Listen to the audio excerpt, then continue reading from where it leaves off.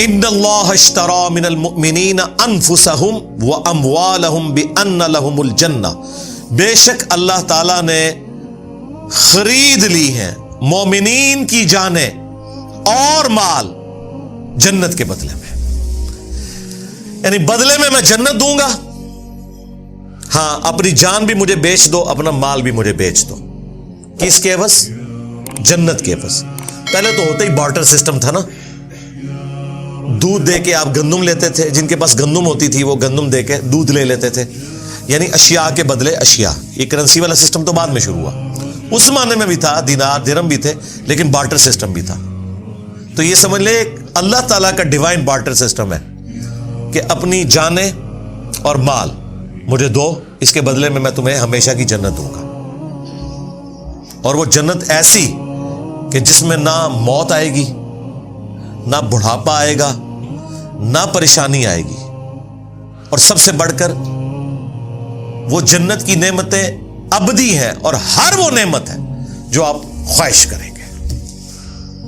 اسی پہ تو میں نے کہا تھا کہ اللہ تعالیٰ نے کتنا کرم فرمایا ہے اپنی مخلوق کے اوپر کہ 60-70 سال کی زندگی مجھے دے دو، اس کے بدلے میں جنت کی ہمیشہ کی زندگی دوں گا، اور جو تم خواہش کرو گے وہ تمہیں ملے گا۔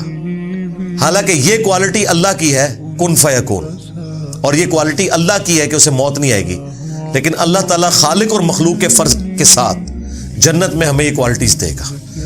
یہ وہ چیز ہے جو آپ کے دل میں اللہ سے محبت کا جذبہ پیدا کرتی ہے، ورنہ آپ جتنے اور کنسیپٹ رکھیں، الٹیمیٹلی اللہ کے ساتھ آپ کا ڈر کا رشتہ تو ڈیولپ ہوتا ہے، محبت کا نہیں ہوتا، کہ مجھے میری مرضی کے بغیر پیدا کر کے اتنی بڑی آزمائش میں ڈال دیا، اور پھر اتنا سخت حساب رکھا، اور الٹیمیٹلی جنت یا جہنم کا فیصلہ ہونے والا ہے، اتنی بڑی تکلیف میں مجھے کیوں ڈال دیا؟ تو ایسے خدا سے آپ ڈر تو سکتے ہیں، محبت نہیں کر سکتے۔ یہ تو تلوار اس نے لٹکا دی نا آپ کے اوپر کہ کر رہے ہیں مجبوراً۔ محبت کا جذبہ اس وقت پیدا ہوتا ہے کہ جب آپ یہ کانسیپٹ رکھیں کہ اکیلا اللہ ہمیشہ سے تھا، جسے موت نہیں آنی تھی، اس نے آپ کو بھی اپنے ساتھ شامل کر لیا، خالق اور مخلوق کے فرق کے ساتھ ہمیشہ کی زندگی دے کر، جس میں آپ کو بھی موت نہیں آئے گی، اور آپ بھی جو خواہش کریں گے وہ آپ کو ملے گا، آپ کی اپنی جنت ہوگی۔ اور بخاری مسلم میں آیا کہ جو سب سے آخر میں جہنم کا ہزاروں لاکھوں سال کا عذاب بھگت کے نکالا جائے گا نا، اسے بھی پلینٹ ارتھ سے 10 گنا بڑی جنت ملے گی۔ آپ تو 10 مرلے کے پلاٹ کو ترستے ہیں نا، سب سے آخری جو جنتی ہے نا، اور یہ آخری وہ ہے جس نے جہنم کا عذاب بھگت لیا لاکھوں سال کا، یہ آخری وہ نہیں ہے جو بغیر حساب و کتاب کے چلا جائے گا، اس کا تو آپ سوچ بھی نہیں سکتے اس کو کیا کچھ ملے گا، وہ تو ایلیٹ درجے کا مسلمان ہوگا نا۔ یہ وہ ہے جو اپنا عذاب بھگت کے جائے گا، اس کو بھی پلینٹ ارتھ سے 10 گنا بڑی جنت، جس کو فنا نہیں ہے، جو بخاری مسلم میں آیا کہ موت کو مینڈے کی شکل میں لا کے میدان محشر میں قتل کر دیا جائے گا۔ جنتی خوش ہوں گے کہ آج کے بعد ہمیں موت نہیں آئے گی، اور جہنمی غمناک ہو جائیں گے کہ ہمیں بھی موت نہیں آئے گی، جو قرآن میں سورہ الفرقان میں آیا، آج ایک موت نہیں ہزاروں موتیں مانگو لیکن تمہیں موت نہیں آئے گی۔ موت مانگیں گے وہ کہ اس تکلیف سے جان چھوٹ جائے، لیکن جان نہیں چھوٹے گی۔ اللہم اجرنا من النار، اللہم انا نسألک جنت الفردوس مع النبیین والصدیقین والشہداء والصالحین، آمین۔ تو اللہ تعالیٰ فرما رہا ہے کہ میں نے مومنین کی جانیں اور مال جنت کے بدلے میں خرید لی ہیں۔ یہ بیع میں نے کی ہے، بیع، با یا عین، تجارت، اسی سے یہ بیعت لفظ ہے، اپنے آپ کو بیچنا۔ انسان کے آگے کیسے اپنے آپ کو بیچ سکتا ہے؟ نبی علیہ السلام کے ساتھ بھی جو ہماری بیعت ہے وہ اللہ کی بیعت ہے، خلفائے راشدین کے ساتھ بھی جو بیعت ہے وہ اللہ کی بیعت ہے، اور وہ بھی پیری مریدی والی نہیں، حکومت وقت کے اعتبار سے خلیفہ کو مانا۔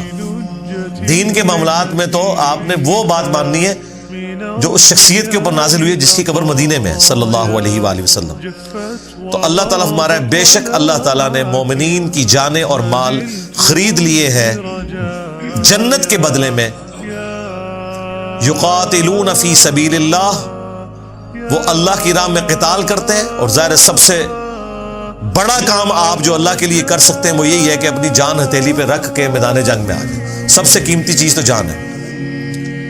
فَيَقْتُلُونَ وَيُقْتَلُونَ، بس وہ اللہ کے حکم سے قتل بھی کرتے ہیں اللہ کے دشمنوں کو، اور خود بھی قتل ہو جاتے ہیں۔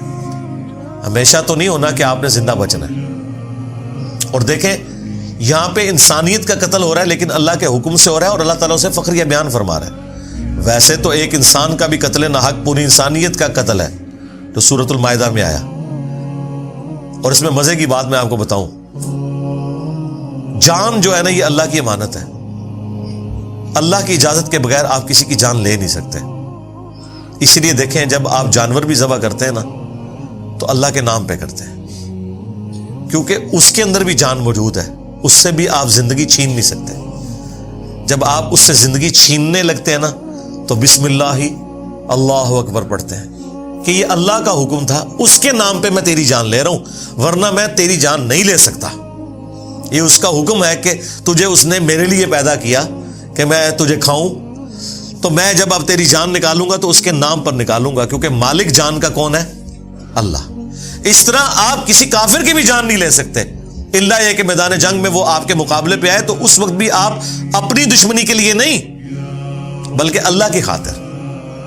وہ جو سیدنا علی کا واقعہ ہے کہ جب وہ کافر کے سینے پہ چڑھ گئے تھے، اس نے تھوک دیا تو وہ اتر گئے، ان کا بھائی اب میرا غصہ اس میں شامل ہو گیا، بس وہ اسی چیز سے امپریس ہو کے مسلمان ہو گیا۔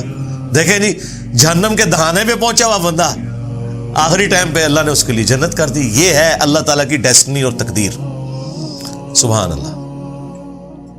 تو اللہ تعالیٰ فرما رہے کہ اہل ایمان اللہ کی راہ میں قتال کرتے ہیں اور کافروں کو قتل بھی کرتے ہیں جہاں ضرورت ہے میدان جنگ میں، اور خود بھی قتل ہوتے ہیں۔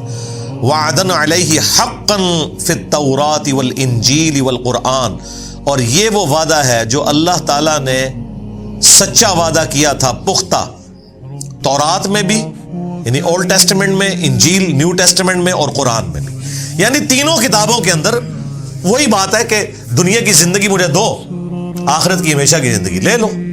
اور یہی ایک یونیورسل ٹروتھ ہے جی، ہاں، جو اللہ تعالیٰ نے سورۃ الاعلیٰ کے اینڈ پہ بھی فرمایا نا، قد افلح من تزکا وذکر اسم ربہ فصلی بل تؤثرون الحیاۃ الدنیا والآخرۃ خیر وابقی۔ تمہارا اصل مرض یہ ہے کہ تم دنیا کی زندگی کو ترجیح دیتے ہو، جبکہ آخرت بہتر بھی ہے اور ہمیشہ رہنے والی۔ ان ھذا لفی الصحف الاولی، یہی ایک یونیورسل ٹروتھ، یہی ایک کانٹے کی بات تھی جو اگلے سارے صحیفوں میں تھی۔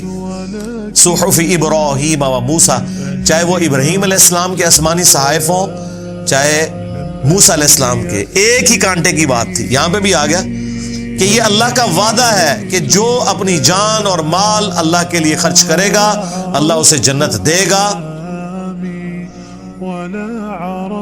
یہ اللہ تعالیٰ نے بیعت کی ہوئی ہے مومنین کے ساتھ۔ وَمَنْ أَوْفَى بِعَهْدِهِ مِنَ اللَّهِ، اللہ اکبر۔ اور کون زیادہ پورا کرنے والا ہے اپنے وعدے کو اللہ سے بڑھ کر؟ یعنی اللہ تعالیٰ ہمارا یہ جو میرا وعدہ ہے نا، تو میں تو وعدہ وفا کروں گا، مجھ سے زیادہ سچا کون ہو سکتا ہے؟ دنیا میں یہ ہو جاتا ہے کہ آپ کبھی محنت بھی کرتے ہیں نا، رزلٹ آپ کے خلاف آتا ہے، کیونکہ اللہ کو کچھ اور منظور ہوتا ہے۔ اس وجہ سے بعض اوقات انسان کو یہ وسوسہ آ سکتا ہے کہ یار میں دنیا میں محنت کروں اور اس دا اینڈ میں بھی میرے ساتھ بیڈ لک ہو جائے۔ آخرت میں بیڈ لک نہیں ہوگی، بیڈ لک کا تعلق صرف دنیا کے ساتھ ہے۔ آخرت میں اسی لیے اللہ تعالیٰ بار بار کہتا ہے کہ میں وعدہ خلافی نہیں کروں گا۔